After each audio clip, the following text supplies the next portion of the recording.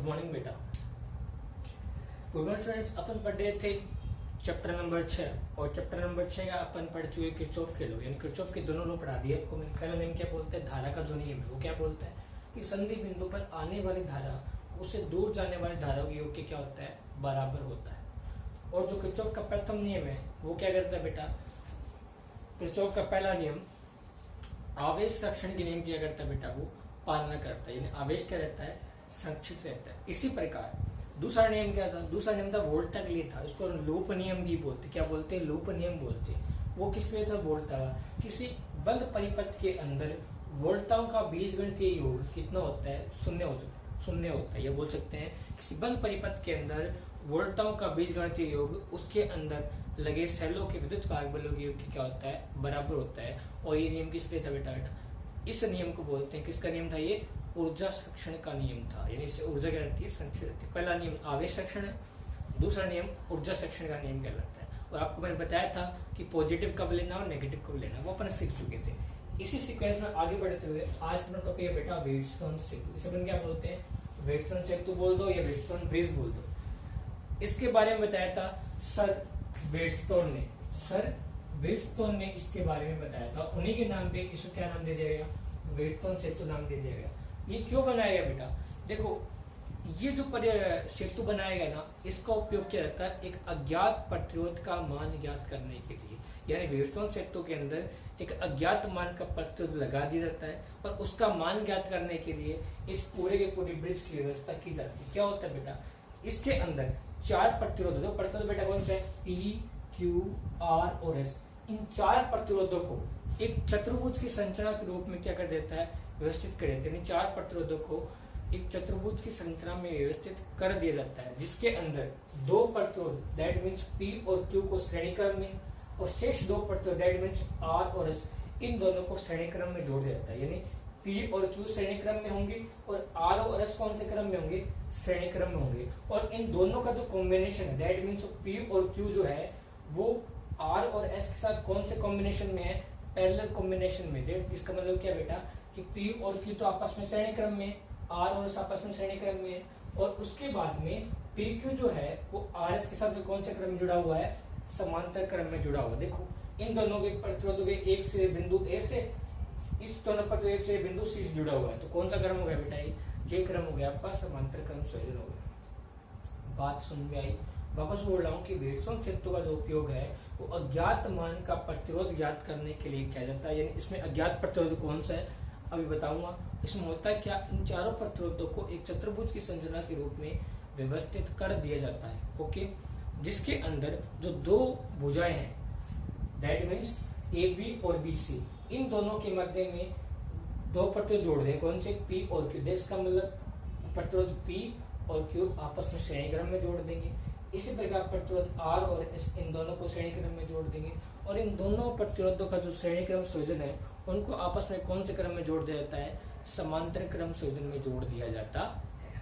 ठीक है बेटा, पर ये जो भुजा है ना, कौन सी भुजा, भुजा AB, कौन सी भुजा बेटा, भुजा AB और भुजा BC। बात करें बेटा भुजा AB और भुजा BC, ये जो भुजा है ना बेटा, इन भुजाओं को अपन क्या बोलते हैं, आनुपातिक भुजा बोलते हैं। कौन सी भुजा, AB वाली भुजा और BC वाली भुजा, इनको अपन बोलते हैं अनुपातिक भुजा। अनुपातिक भुजा क्यों बोला सर आपने बेटा, इसलिए बोला मैंने कि इस पूरे के पूरे कॉम्बिनेशन के अंदर जो प्रतिरोध P और प्रतिरोध Q है, इसका मान दिया हुआ होता है, इसका मान फिक्स होता है, इसमें आपको कोई चेंज नहीं करना, ये आपको दिया हुआ मिलेगा।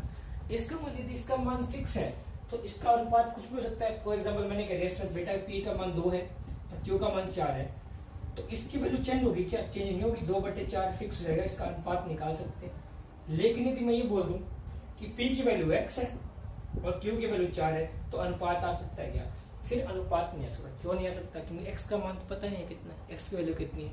होता क्या है कि P और Q इसका मान दिया होता है, इस कारण आपकी जो भुजा, क्योंकि जो P प्रतिरोध कौन सी भुजा में जुड़ा हुआ है, AB भुजा में जुड़ा हुआ है, और Q प्रतिरोध BC भुजा में जुड़ा हुआ है, दैट मीन्स ये दोनों भुजा क्या कहलाती है, आपकी अनुपातिक भुजा कहलाती है। बात क्लियर हुई बेटा, समझ में आया।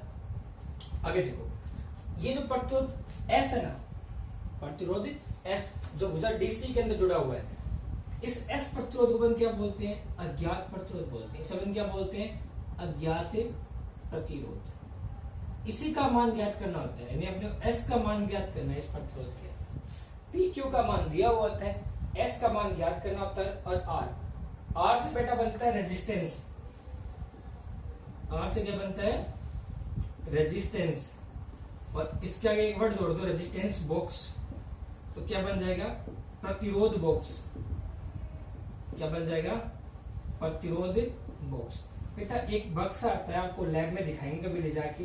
इसके अंदर ऐसे ऐसे सर्किट बने होते हैं और इसके अंदर कुंजियां लगी होती है इस तरह से।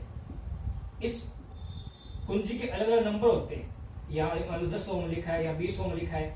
आप इसमें जितने ओम की कुंजी निकालोगे ना, मान लो कि आपने 10 ओम की कुंजी निकाल ली और ये सर्किट डब्बा इसमें जुड़ा हुआ है, तो इस सर्किट में 10 ओम का प्रतिरोध जुड़ जाएगा। यदि आपने एक 10 की निकाल ली, 20 की निकाल ली, तो कितने निकाल ली? 20 और 10 30 हो गए ना, तो 30 ओम प्रतिरोध सर्किट में जुड़ जाएगा। यानी प्रतिरोध बॉक्स का क्या है? प्रतिरोध आर है, पी और क्यू का मान दिया होता है और एस का मान अपने को ज्ञात करना होता है। बात क्लियर हुई बेटा? सुनने आई कि वापस सुन देख लेना कि विष्णु ने बताया कि अपने को अज्ञात मान का प्रतिरोध ज्ञात करने के लिए एक समांतर चतुर्भुज की संरचना विकसित की, संरचना बनाई, जिसके अंदर दो प्रतिरोध पी और क्यू आपस में श्रेणी क्रम में, प्रतिरोध और आपस में श्रेणी क्रम में, और उन दोनों श्रेणी क्रमों को बाद में समांतर क्रम में जोड़ दिया जाता है। और प्रतिरोध का जो संयोजन है उसी को क्या बोलते हैं? व्युत्पन्न बोलते हैं। इस व्युत्पन्न के अंदर भुजा ए बी और बी सी को क्या बोलते हैं? आनुपातिक भुजा बोलते हैं। क्या बोलते हैं बेटा? अपन आनुपातिक भुजा बोलते हैं इसको हम बोलते हैं आनुपातिक भुजा बोलते हैं इसको, क्योंकि इसका मान क्या दिया होता है? प्रतिरोध एस जो है वो आपका अज्ञात प्रतिरोध कहलाता है, और प्रतिरोध आर जो है वो प्रतिरोध बॉक्स का प्रतिरोध है। कितनी बात क्लियर हुई इसका? ठीक है, आगे देखो, भुजा बी और डी, भुजा बी और डी के मध्य क्या जुड़ा होता है? गैल्वेनोमीटर जुड़ा होता है। सर ये गैल्वेनोमीटर क्या चीज है? गैल्वेनोमीटर को बेटा हिंदी में बोलते हैं धारा मापी। क्या करता है? धारा मापी। ये क्या है? धारा का मापन करता है। सर एमीटर भी तो धारा का मापन करता है, तो एमीटर में धारा मापी में क्या डिफरेंस है बताइए हमें? तो बेटा सिंपल सा डिफरेंस है। एमीटर तो आपको ये बताएगा कि परिपथ में जो है वो कितने मान की धारा प्रवाहित हो रही है, कि 1 एम्पीयर प्रवाहित हो रही है, कि 2 एम्पीयर प्रवाहित हो रही है, 10 एम्पीयर प्रवाहित हो रही है। और जबकि गैल्वेनोमीटर केवल आपको इतना बताएगा कि परिपथ में धारा प्रवाहित हो रही है या नहीं हो रही है। होता है कि यदि धारा प्रवाहित हो रही है, दिशा इस तरफ होगी तो सुई इधर हो जाएगी, दिशा इधर होगी तो सुई इधर हो जाएगी, और दिशा यदि इधर होगी तो सुई इधर हो जाएगी। यदि धारा प्रवाहित नहीं हो रही है तो गैल्वेनोमीटर सुई किस पे रहेगी? 0 पे फिक्स रहेगी। यानी धारा मापी केवल अपने को इतना बताएगा कि परिपथ में धारा प्रवाहित हो रही है, ये नहीं बताएगा कि धारा कितनी प्रवाहित हो रही है। और एमीटर अपने को ये बताता है कि कितने मान की धारा प्रवाहित हो रही है। तो ये दोनों में क्या है? डिफरेंस है। क्लियर हुई बात बेटा? तो अपने को इतना याद करना है कि धारा प्रवाहित हो रही है या नहीं हो रही है। भुजा बी और डी के मध्य क्या जोड़ देता है? गैल्वेनोमीटर। इसका मतलब ये हो बेटा कि यदि भुजा बी डी के अंदर धारा प्रवाहित होगी तो गैल्वेनोमीटर में क्या दिखाएगा? विक्षेप दिखाएगा। विक्षेप मतलब क्या होगा? यदि सुई हिल गई तो सुई में क्या आ गया? विक्षेप आ गया। यदि सुई हिल गई तो सुई में क्या आ जाएगा? विक्षेप आ जाएगा, जिसको अपन क्या बोलेंगे? गैल्वेनोमीटर में क्या आ चुका है? विक्षेप आ चुका है। समझ में आई बात? आगे देखो, कि जैसे ही इसमें धारा प्रवाहित होगी गैल्वेनोमीटर सुई में क्या आ जाएगा? विक्षेप। लेकिन यदि इस शाखा में धारा प्रवाहित नहीं हुई तो क्या होगा? तब गैल्वेनोमीटर की सुई पट्टांक कितना दिखाएगी? 0 दिखाएगी, क्योंकि धारा मापी में कोई धारा प्रवाहित नहीं होगी। और उसी अवस्था को अपन क्या बोलते हैं? सेतु की संतुलन अवस्था बोलते हैं। यानी वह अवस्था जिसके अंदर भुजा बीडी के अंदर कोई धारा प्रवाहित नहीं होगी, दैट मीन्स धारा मापी में विक्षेप कितना दिखाएगा? 0 दिखाएगा। तो वो अवस्था क्या कहलाएगी? आपकी संतुलन की अवस्था कहलाएगी। बात समझ आई बेटा? वो अवस्था क्या होगी? संतुलन की अवस्था होगी। तो देखो, ये संतुलन की अवस्था ही अपने को प्राप्त करनी है। वो कैसे प्राप्त करते हैं देखते हैं, ठीक है? उसके अलावा और क्या जुड़ा हुआ बेटा इसके अंदर? इसमें अपने क्या जोड़ दिया? इसके अंदर अपने जोड़ दिया एक ई विद्युत भाग बल की बैटरी जोड़ दी, कुंजी K1 जोड़ दी, कुंजी K2 जोड़ दी। यदि इसका विद्युत भाग बल E है तो मान लो इससे कितनी धारा प्रवाहित हो रही है? I धारा प्रवाहित हो रही है। बिंदु, ये कौन सा बिंदु हो गया? संधि बिंदु हो गया। संधि बिंदु क्या कहते हैं? समझा दिया पहले आपको मैंने। संधि बिंदु की धारा के 2 हिस्से हो गए, I1 इधर चली गई और I2 इधर चली गई, ठीक है? और अपन संतुलन अवस्था ज्ञात कर रहे हैं। यदि इसमें धारा प्रवाहित नहीं हो रही, इसका मतलब यदि बीडी शाखा में धारा नहीं आएगी तो क्या होगा? यदि बीडी शाखा में धारा नहीं आएगी तो I1 इधर चली जाएगी और I2 इधर चली जाएगी। ऊपर से आएगी I1, इधर से आएगी I2, दोनों मिलके इधर वापस कितनी धारा प्रवाहित होगी बेटा? इस शाखा में वापस धारा प्रवाहित होगी आपकी I धारा प्रवाहित होगी। इतनी बात समझ आई क्या? मेरे ख्याल से पूरी स्टोरी आपको समझ में आ गई। इसी को डेवलप करते हैं, संतुलन अवस्था ज्ञात करते हैं। क्या ज्ञात करते हैं बेटा अपन? संतुलन अवस्था ज्ञात करते हैं। क्या ज्ञात करें बेटा अपन? संतुलन की अवस्था ज्ञात कर रहे हैं। बात समझ आई क्या? देखो मैं ये बोल रहा हूं संतुलन की अवस्था ज्ञात करने से पहले कि संतुलन की अवस्था के अंदर, संतुलन की जब ये अवस्था होगी ना, उस अवस्था में क्या होगा बेटा?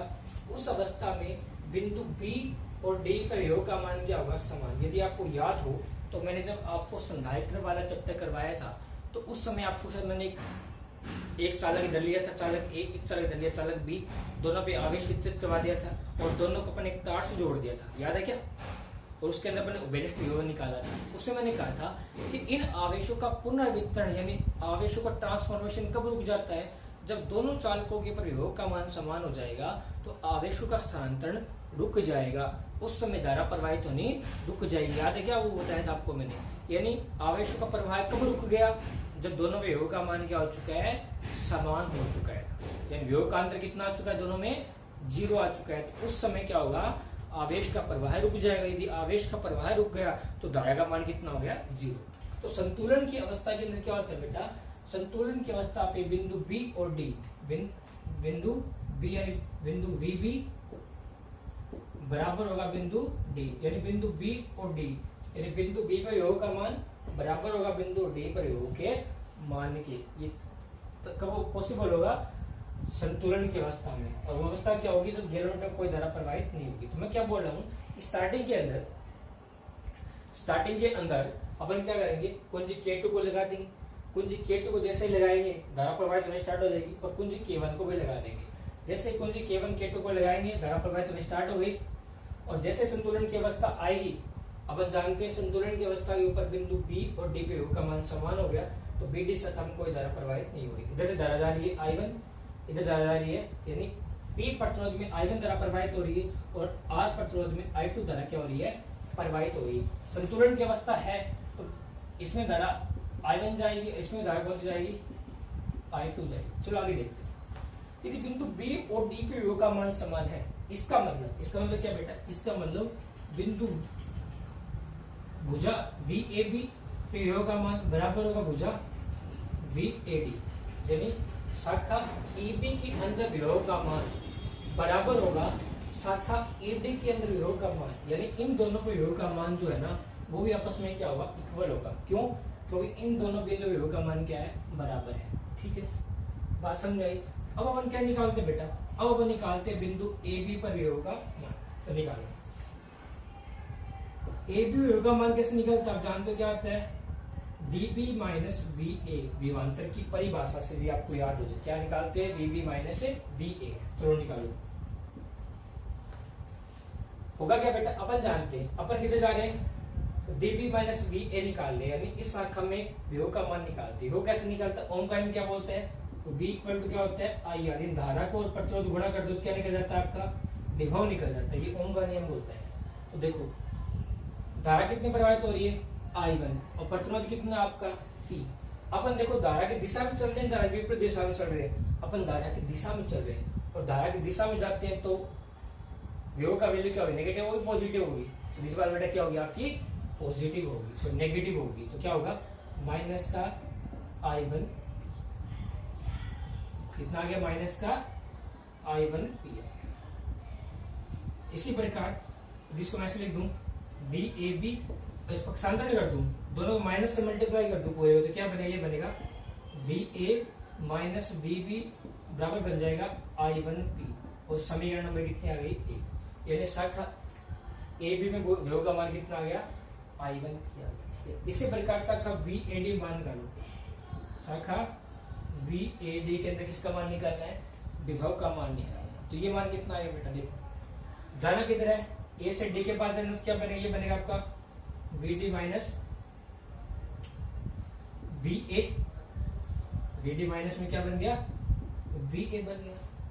जा कर रहे A से D के पास जा रहे हैं, तो A से D के पास जाएंगे, धारा की दिशा में जा रहे हैं, वैल्यू क्या होगी? नेगेटिव होगी ना, तो क्या आएगा? माइनस का I2R, और इनमें से स्थानांतरण करें तो क्या बन जाएगा, ये बन जाएगा VAD बराबर VA माइनस VD, और माइनस माइनस क्या बन जाएगा, प्लस बन जाएगा I2R। क्वेश्चन नंबर कितनी आ गई, 2 आ गई। बात समझ आई। समीकरण 1 किसका मान है, VAB का। समीकरण 2 किसका मान है, VAD का। और इसको समीकरण बेटा, इसको 1 बोल दो, ये 2 हो गई, और इसको 3 बोल दो। ये समीकरण 2 और ये समीकरण कितनी होगी आपकी। तो समीकरण 2 और 3 से मान काट रखेंगे, समीकरण 1 में रखेंगे तो वैल्यू क्या बनेगी, तो वैल्यू बनेगी बेटा आपकी, समीकरण 2 की वैल्यू कितनी है I1P, और समीकरण 3 की वैल्यू कितनी है I2R। क्वेश्चन नंबर कितने बोल देते हैं इसको, 4 बोल देते हैं। इतनी बात समझाई।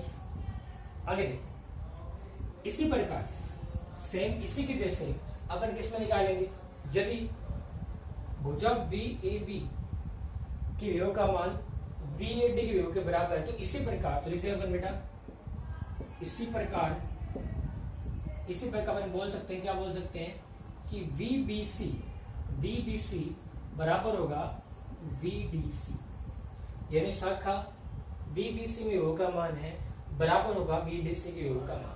ठीक है, पक्षांतरण एक साथ लिख रहा हूं बेटा, ध्यान से रखना। ठीक है, तो VBC का मान कितना आएगा, VBC का मान बेटा आपके आएगा VB माइनस BC, जो पक्षांतरण करने के बाद लिख रहा हूं मैं।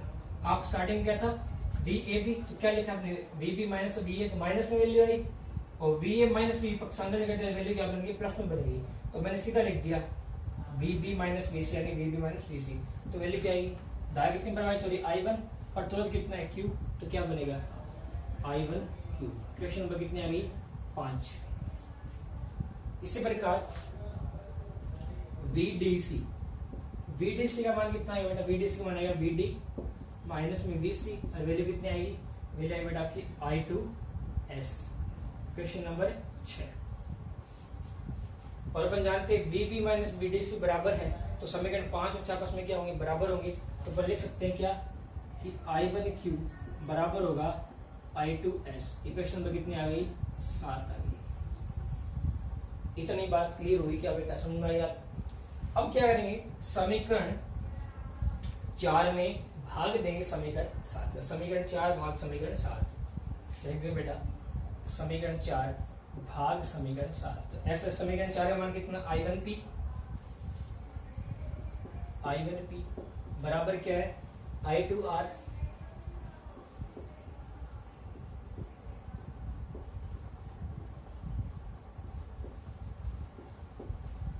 ठीक है। ऊपर आ गया I1P और I2R।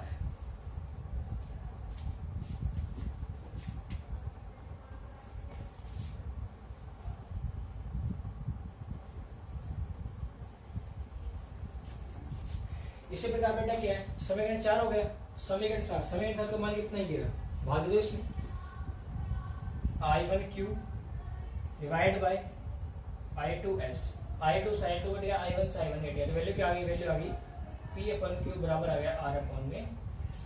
और ये क्या बेटा आपकी, ये संतुलन की अवस्था है। अपने क्या याद करना है, अज्ञात प्रत्युत S का मान क्या है, तो S का मान कितना है बेटा, ऐसे S का मान आपका आएगा, S बराबर आपका आएगा बेटा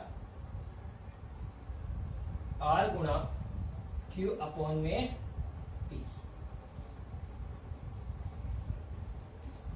R गुणा Q/में, बस यही आपको करना है, यही आपको S को मान निकालना है। संतुलन की अवस्था आपको याद रखनी है कि P/Q बराबर R/S, और सेतु की जब संतुलन अवस्था होगी उस समय सेतु की संतुलन अवस्था में गैल्वेनोमीटर में, दैट मींस धारा मापी में कोई धारा प्रवाहित नहीं होगी। क्यों, क्योंकि दोनों बिंदु के विभव का मान क्या होगा, समान, और जो विभव का मान समान होता है उस अवस्था में कोई धारा प्रवाहित नहीं होती है। बेटा ये अवस्था आपको याद रखनी है। जो बोल दिया जाए कि वेस्टर्न सेतु की संतुलन की अवस्था प्राप्त कीजिए, क्वेश्चन आ जाए कि वेस्टर्न सेतु को व्युत्पन्न कीजिए या वेस्टर्न सेतु की संतुलन की अवस्था व्युत्पन्न कीजिए, तो आपको पूरा डेरिवेशन करना है। ठीक है बेटा, आई होप आपको समझ आ गया होगा। नहीं आए तो ये वीडियो को रिपीट करना, वापस अच्छे समझना, आपको इजीली समझ में आ जाएगा। आज की वीडियो में इतना, कल की एक पार्ट में हम पढ़ेंगे कि वेस्टर्न सेतु की संतुलन की अवस्था प्राप्त करेंगे, सेम ही, लेकिन अपन किसका यूज करेंगे, किरचॉफ के नियम का यूज करेंगे। ठीक है बेटा, कल पढ़ते हैं पार्ट, तब तक